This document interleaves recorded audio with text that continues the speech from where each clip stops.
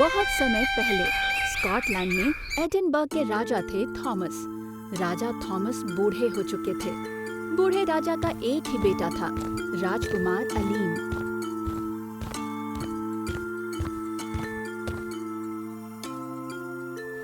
अलीम भी बड़ा हो गया था, इसीलिए एक दिन अलीम का बड़े ही धूमधाम से राज्याभिषेक किया गया।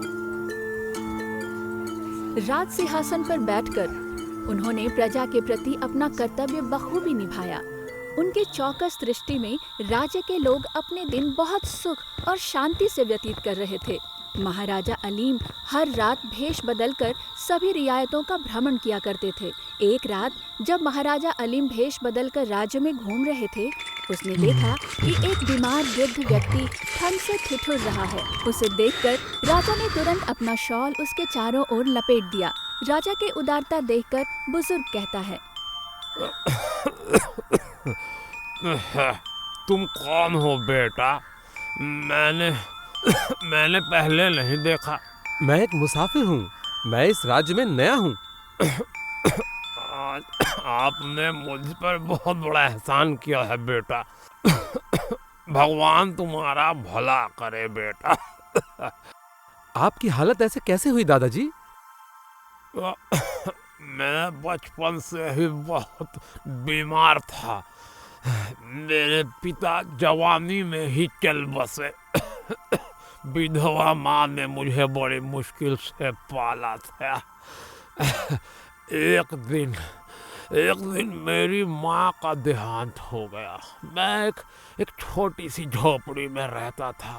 कर्ज के कारण मुझे इसे भी बेचना पड़ा। तब से इस सड़क पर रहता हूँ। भीख मांग कर खाता हूँ। मैं कोई काम नहीं कर सकता बेटा। ये सुनकर अलीम बहुत प्रभावित हुआ। उन्होंने अगली सुबह राज्य के सभी भिखारियों के पुनर्वास की व्यवस्था की। जय हो राजा अलीम की जय हो। राजा अलीम की जय हो। एक रात जब राजा अलीम वेश बदलकर राज्य के चारों ओर घूम रहे थे, उसने एक चोर को एक घर के पाइप के माध्यम से दूसरी मंजिल पर चढ़ते देखा। राजा अलीम ने तुरंत उसे पकड़ लिया। कौन है वहाँ? क्या ये तुम्हारा घर है? जी नहीं। फिर अगर तुमने मुझे सब सच सच बता दिया तो मैं तुम्हें बादशाह के हवाले नहीं करूंगा, समझ गए? साहब, मैं बहुत गरीब हूँ। मैं सुबह मजदूरी करता हूँ। मैं जो कमाता हूँ उससे परिवार का गुजारा नहीं होता। घर में पत्नी की तबीयत बहुत खराब है। डॉक्टर को दिखाना तो दूर, जरा सी दवाई भी नहीं मिल सकती। मैं तुम्हें काम दूंगा, लेकिन तुम्हें यह वादा करना होगा कि तुम जीवन में दोबारा चोरी नहीं करोगे। साहब, पापी पेट के लिए चोरी करने उतरा हूँ। अगर मैं 2 दिन पेट भर खा लूँ तो मैं फिर कभी चोरी नहीं करूँगा, कभी नहीं। ठीक है, तुमको कल सुबह राज दरबार में जाकर राजा से मिलना होगा। बहुत डरकर अलीम के पैर से लिपटकर चोर बोलता है, दया करो हुजूर, दया करो। कृपया मेरे बारे में राजा से बात ना करे हुजूर, ना करे। अलीम ने अपना परिचय दिया। मैं ही राजा हूँ, लेकिन तुमको कोई डर नहीं है। मैंने तुम्हें दंड देने के लिए राज दरबार में आने को नहीं कहा है। मैं तुम्हें एक आखिरी मौका देना चाहता हूँ, परंतु यदि मैं तुम्हें फिर से चोरी करते देखूं तो मुझसे बुरा कोई नहीं होगा। जय हो महाराज की, आपकी असीम कृपा महाराज, असीम कृपा। इस प्रकार राजा अलीम राज्य के विभिन्न भागों में गरीब लोगों की मदद करने के लिए पूरी रात जागता था। फलस्वरूप उसके राज्य का प्रत्येक व्यक्ति बहुत सुखी था।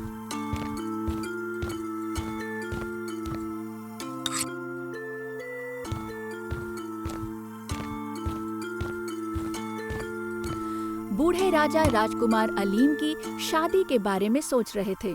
लेकिन राजकुमार का विचार था कि कोई नहीं चाहेगा कि वो राजा होकर इस तरह रात के अंधेरे में पूरे राज्य में भटके। कोई राजकुमारी उससे विवाह नहीं करना चाहेगी। हालांकि वो राजा को भी नहीं बता सका, क्योंकि उसके अलावा उसके यात्रा के बारे में कोई नहीं जानता था। फिर राजकुमार ने एक शर्त रखी, यदि कोई राजकुमारी उसे देर रात पहचान ले तभी वो उससे विवाह करेगा।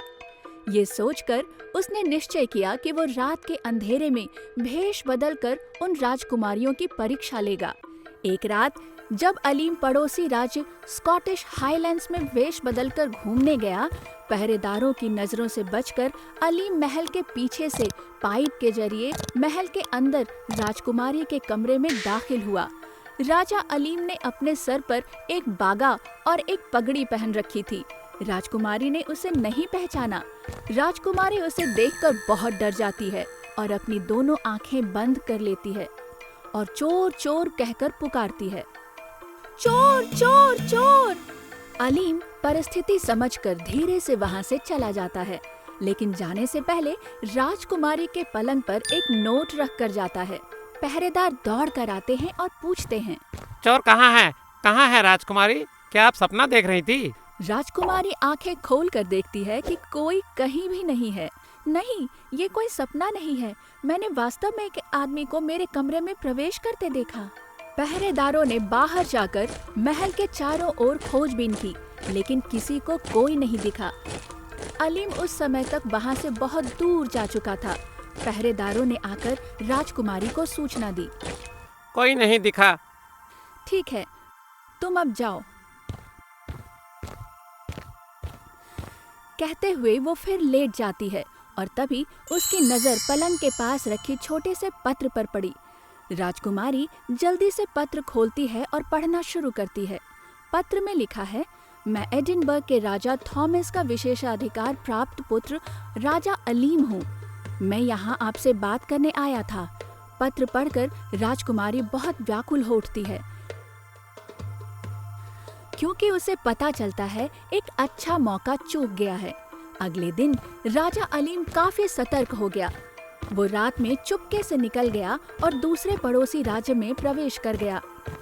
आज अलीम बहुत संभल कर चलता है ताकि आवाज भी न निकले। राजकुमारी के कमरे में कदम रखते ही उसने देखा कि राजकुमारी गहरी नींद में सो रही है। कुछ देर इधर उधर देखने के बाद अलीम ने देखा कि राजकुमारी को कोई होश नहीं है। वो बेसुध गहरी नींद में सोती रहती है। अलीम को पिछले रास्ते से वापस आने के लिए मजबूर होना पड़ा और केवल एक राज्य ग्लासगो शेष रह गया है, लेकिन ये काफी दूर है। राजा अलीम एक बहुत ही आम आदमी के भेष में उस राज्य में प्रवेश करता है। शीत ऋतु की रात थी। सब लोग थोड़ा जल्दी ही सोने चले गए। गलियां सुनसान हैं।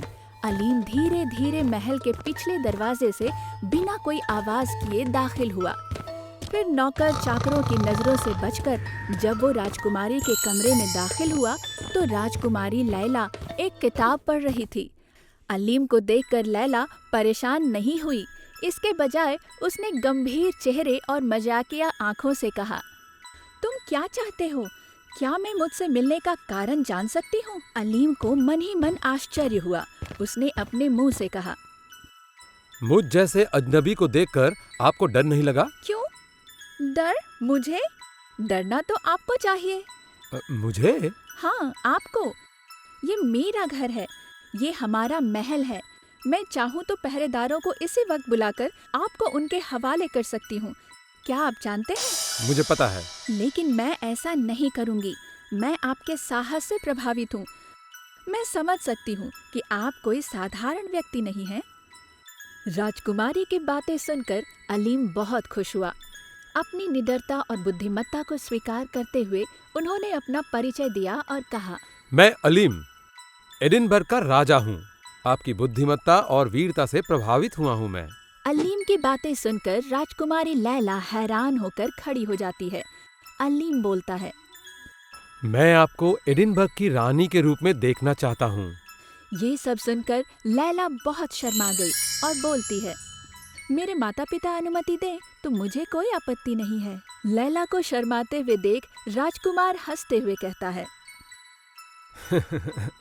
ठीक है। मैं कल सुबह तुम्हारे पिताजी से एक बार मिलूंगा।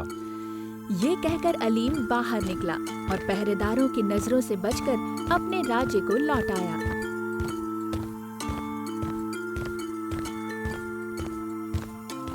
अगली सुबह ग्लासगो कई उपहारों के साथ राज्य के राजा के सामने उपस्थित होता है अलीम।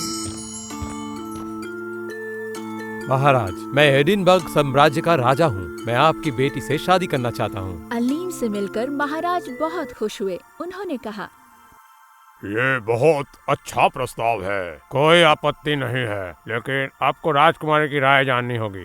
राजा ने राजकुमारी को बुलाया। राजकुमारी लैला आती है और अलीम को देखती है और सब समझ जाती है। ये एडिनबर्ग साम्राज्य के राजा अलीम है, तुमसे शादी करना चाहते हैं। यदि आप सहमत हो तो मैं उन्हें वादा कर सकता हूँ। लैला मुस्कुराकर कहती है, मंजूर है पापा। ये सुनकर अलीम का चेहरा खुशी से खिल उठा।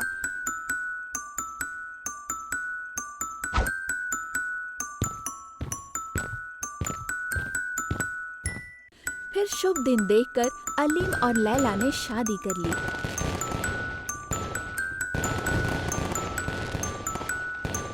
Hey, thanks for watching. Subscribe the channel and click on the bell icon for upcoming videos.